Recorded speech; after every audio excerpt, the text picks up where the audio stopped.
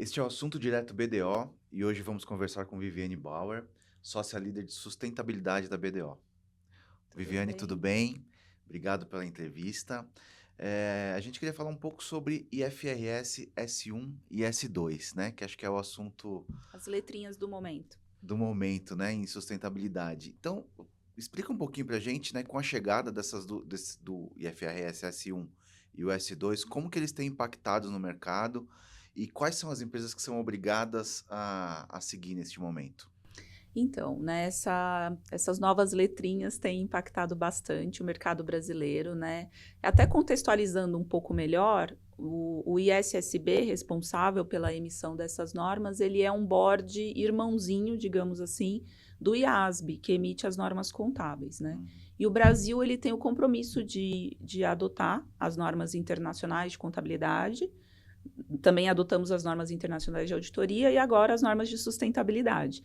E o Brasil foi um dos primeiros países a endossar a adoção dessas normas, né? Porque cada jurisdição tem que fazer esse papel e o Brasil foi um dos primeiros, né? Então aqui com a resolução 93 da CVM, as companhias abertas, elas estão obrigadas inicialmente, né, a reportar a partir de 2026, então o ano que vem, né, o primeiro reporte em 2027. E depois o Banco Central também recentemente impôs essa obrigatoriedade a algumas instituições financeiras. Então hoje a gente só tem a obrigação para esses dois pedacinhos, digamos, de empresas, né? Mas a gente sabe que muitas empresas já vinham reportando sustentabilidade de outras maneiras, né? Com as normas do GRI, do SASB, do TCFD. E não é que tudo isso vai deixar de existir, tudo isso, na verdade, está convergindo dentro dessas novas normas de sustentabilidade. Tá. Você falou da resolução 93, e se eu não me engano foi do ano passado, né? Foi 23. 23. Então É. deu um tempo, bastante tempo para as empresas se adequarem, né? Você acha que as empresas hoje estão preparadas já? Infelizmente não, né? A ideia, imagino assim, quando a CVM colocou essa resolução, ela até colocou de maneira voluntária, para que as companhias adotassem de maneira voluntária, fizessem essa adoção antecipada e submetessem o relatório a um processo de asseguração limitada, né? Infelizmente, apenas duas empresas optaram, então foram divulgados esse ano apenas duas companhias abertas, e a gente imagina que talvez para o ano que vem, né, para esse ano 25, que com o reporte em 26, outras empresas façam essa adesão, né, que ainda é voluntária, ainda não é obrigatória. Mas a gente vê, assim, conversando com diversos clientes, que eles ainda têm um percurso grande ali para percorrer, né? Aquelas empresas que já faziam algum tipo de relatório de sustentabilidade, elas têm uma facilidade nesse processo de convergência, né? Uhum. Porque você já tem ali um ponto de partida. Agora, tem muitas que nem reportavam, né? Então, vai ter que começar do zero. Tá. Quais são os desafios, na sua visão, então, para quem está começando do zero agora e já tem que fazer isso para 2026? Eu acho que são dois desafios importantes. O primeiro é fazer um processo de aculturamento dentro da organização, porque essas informações de sustentabilidade elas vêm de vários locais, de várias áreas diferentes da entidade. Então você tem que ter uma conexão, né? E tem que comunicar, primeiramente, com essas áreas a importância de coletar essas informações que vão ser reportadas. Então, acho que esse é o primeiro passo, assim, de ter realmente uma visão colaborativa, de difundir essas ideias dentro da entidade que vai estar reportando. E depois, com relação à contabilidade em si, né? Porque o CFC, ele impôs a responsabilidade pela preparação das informações financeiras relacionadas à sustentabilidade ao contador. Uhum. Então, o contador da empresa, que hoje reporta, que elabora as informações financeiras, as demonstrações contábeis, também vai ser responsável pelas informações de sustentabilidade.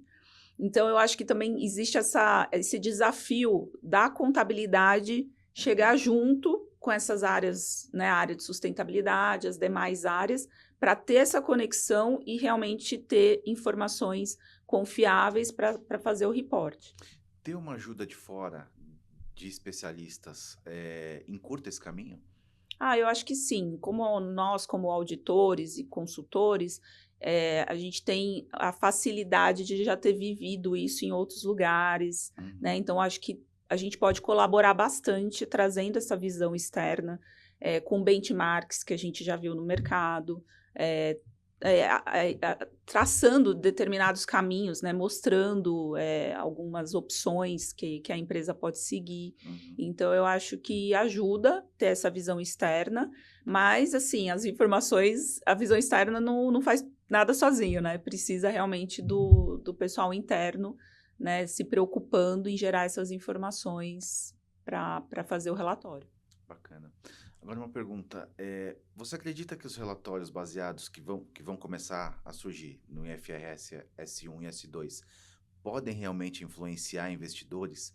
Já tem algum movimento claro que a gente consegue identificar no Brasil de investidores querendo essas informações, querendo entender melhor a política ESG das empresas? Eu acho que sim. Hoje a gente tem até fundos de investimento mais sustentáveis, verdes, né? Tem regulamentação da CVM que também coloca que esses fundos eles têm que se declarar dessa forma. Existe uma série de princípios ali, né? De regras que têm que ser seguidas. Além disso, assim, as entidades que fazem esse tipo de reporte, muitas vezes elas conseguem linhas de financiamento diferenciadas. Então, hoje já tem bancos também olhando para isso de uma maneira diferente e oferecendo uma taxa de juros menor. Né? Então, olha, eu vou te fornecer esse crédito com uma taxa de juros menor, mas você tem que cumprir com esses requisitos aqui, né? O que a gente chama Uhum. de covenants não financeiros. Ou então tem alguns KPIs dentro do contrato de financiamento que a entidade tem um período para cumprir. Então, por Legal. exemplo, você tem que melhorar a sua taxa de tratamento de água em tantos por cento, né? Ou você tem que implementar determinadas questões relacionadas à sustentabilidade mais sociais, assim, aos colaboradores. Tem que aumentar o número de mulheres, por exemplo, ou de promover, reter determinadas pessoas durante um período de tempo. Então, a gente já vê contratos Uhum. de financiamento colocando esse tipo de cláusulas, né? E que para a empresa é bom, assim, eu vejo como um ganha-ganha, sabe? Uhum. Às vezes a regulamentação é importante porque ela força, né, as empresas a terem esse olhar para o social, para o ambiental de uma maneira diferente. E depois isso vai se incorporando no dia a dia das organizações, né? Legal. A gente sempre fala em relação à auditoria das vantagens das empresas que não têm capital aberto, que não são obrigadas a ter uma asseguração, de fazer a auditoria, né? Isso vai acontecer, como que isso vai se transportar para as normas de sustentabilidade? Então, as normas de sustentabilidade, a gente também vai ter que fazer o processo de auditoria, né? Que a gente chama de Uhum. asseguração, porque são informações não financeiras, né? Quer dizer, agora são informações financeiras relacionadas à sustentabilidade, mas em sua maioria elas são informações de caráter descritivo, narrativo, não numéricas, Uhum. como nas demonstrações contábeis. E esse processo de asseguração limitada, que hoje ele é adotado utilizando uma norma específica também, que é a NBCTO 3000, a ISAE 3000, a gente vai passar a ter uma outra norma específica para informações de sustentabilidade, que é a ISSA 5000. Então, a partir de 2027 também, né? E nesse processo, as empresas elas vão estar fazendo a asseguração limitada nesse primeiro momento e depois passar a fazer uma asseguração razoável. O que é essa mudança? Né? Eu gosto de fazer sempre o paralelo com as Uhum. demonstrações contábeis, porque o pessoal já está mais acostumado. Então, a asseguração limitada é como a revisão das informações trimestrais, dos ITRs, né? Que nós fazemos um entendimento de como aquelas informações foram preparadas, o escopo e a extensão dos testes ele é menor do que numa asseguração razoável. Então, na asseguração razoável, a gente tem que fazer o entendimento dos controles internos, a extensão dos testes ela é maior, né? São procedimentos mais aprofundados. Uhum. Então, é como se fosse a auditoria das demonstrações contábeis do final do ano, né? Da Uhum. DFP.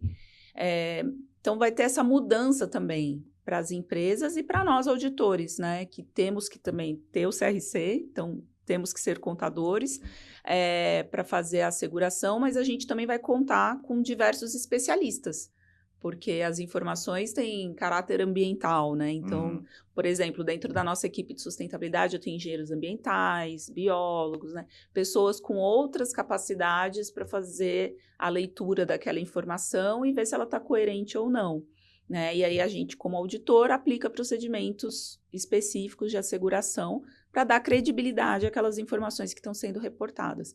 Então, assim, eu vejo a asseguração como um processo que, além de dar essa credibilidade, ele também auxilia na melhoria dos controles internos, do ambiente de controle das empresas. Elas passam a ficar mais preocupadas com as informações que elas estão reportando. E aí, mesmo se for uma companhia que não é obrigada a reportar, ela vai ter esse tipo de vantagem no mercado. Exatamente. A gente vê, como eu falei, além dessas linhas de financiamento, tem o próprio relacionamento com os demais stakeholders, né? Clientes, fornecedores, a gente, aqui mesmo na BDO, né? A gente muitas vezes recebe questionamento dos nossos clientes e fornecedores com relação a práticas de sustentabilidade. Então, para você, muitas vezes, ser um cliente ou um fornecedor, né? Você tem que demonstrar que você está fazendo práticas sustentáveis. Então, esse reporte sempre ajuda. Eu acho que sempre ajuda. Legal. Só para a gente deixar um pouquinho mais palpável, assim, para finalizar, quais boas práticas ou exemplos podem servir de referência para as empresas que vão começar a se adequar a essas normas agora? E se a gente puder dar algum exemplo de quais são essas informações? Eu acho que, assim, primeiramente, talvez até implementar um comitê de sustentabilidade é uma boa prática, né? Porque aí, nesse comitê de sustentabilidade, você elege pessoas das áreas chaves, né? Uma pessoa de cada área, para ter essa visão, né? Dessa conectividade que eu estou falando. No futuro, eu imagino que as informações financeiras e de sustentabilidade, elas vão estar mais relacionadas. Na verdade, a norma, o S1 já fala, né, dessa conectividade. E, então, é importante ter essa colaboração. Então, formar um comitê, né, de sustentabilidade, ou dar o nome que achar melhor ali, mas que tenha essa visão de todos, da entidade, é bastante importante. Acho que fazer um diagnóstico, né? É muito bom. Você tem que tirar uma fotografia, porque muitas vezes, quando a gente começa o trabalho nas empresas, a gente vê que tem iniciativas muito isoladas e coisas que não são devidamente comunicadas, mesmo dentro da organização. Então, às vezes tem coisas muito legais acontecendo que outros departamentos nem sabem que aquilo acontece. Então, quando você faz o diagnóstico e faz esse mapeamento de todas essas iniciativas que existem, já é uma primeira fotografia importante, que dali você consegue delimitar e colocar quais vão ser os próximos passos, né, no plano de ação, assim, pensando num plano de ação. E acho que é isso, assim, de melhores práticas, né. Agora também, com essas normas vindo de maneira mais definitiva, eu acho que uma outra preocupação é a parte de controles internos, né. Na parte contábil, a gente já tem sistemas ERPs, né, que atendem bem, né, e já são mais consolidados no mercado. Agora, para as informações de sustentabilidade, essas empresas estão fazendo complementos ou estão chegando outras empresas novas para ter esse monitoramento e ter uma segurança de que aquela informação é confiável. Então, acho que esse passo também é muito importante, né? Por mais que sejam feitos, no primeiro momento, em planilhas de Excel, controles mais manuais, mas já ter essa visão de que depois vai ter que ter um passo maior também para sistematizar isso um pouco melhor, né? Isso facilita a coleta dos dados, a compilação das informações e o processo de asseguração também. É uma coisa que ainda vai passar por uma evolução, né? Vai passar por uma evolução. Eu acho que a gente tem que ter paciência, não vai ser do dia para a noite, assim. Eu acho que essas duas empresas que fizeram agora, elas foram muito corajosas, porque acaba virando vitrine, né? Então, muita gente de fora criticando, às vezes eu falo, gente, mas tem que ter paciência, né? Porque é uma norma nova, ninguém fez, não tem benchmark no mundo praticamente Então, Hum, assim, tem uma curva de aprendizado e de evolução, né? E acho que a CVM está disposta, deu esse período voluntário exatamente para que as empresas fizessem esse treinamento até que a norma comece para valer. Mas vai ter, né? Para nós também, como auditores, enfim, acho que é uma curva de aprendizado e é importante tá evoluindo sempre. Acho que nas próprias informações financeiras isso acontece, por que não nas informações de sustentabilidade, né? legal. Viviane, a gente agradece muito pela sua entrevista. Muito obrigado por estar no Assunto Direto. Obrigada, Anderson. Este foi o Assunto Direto BDO.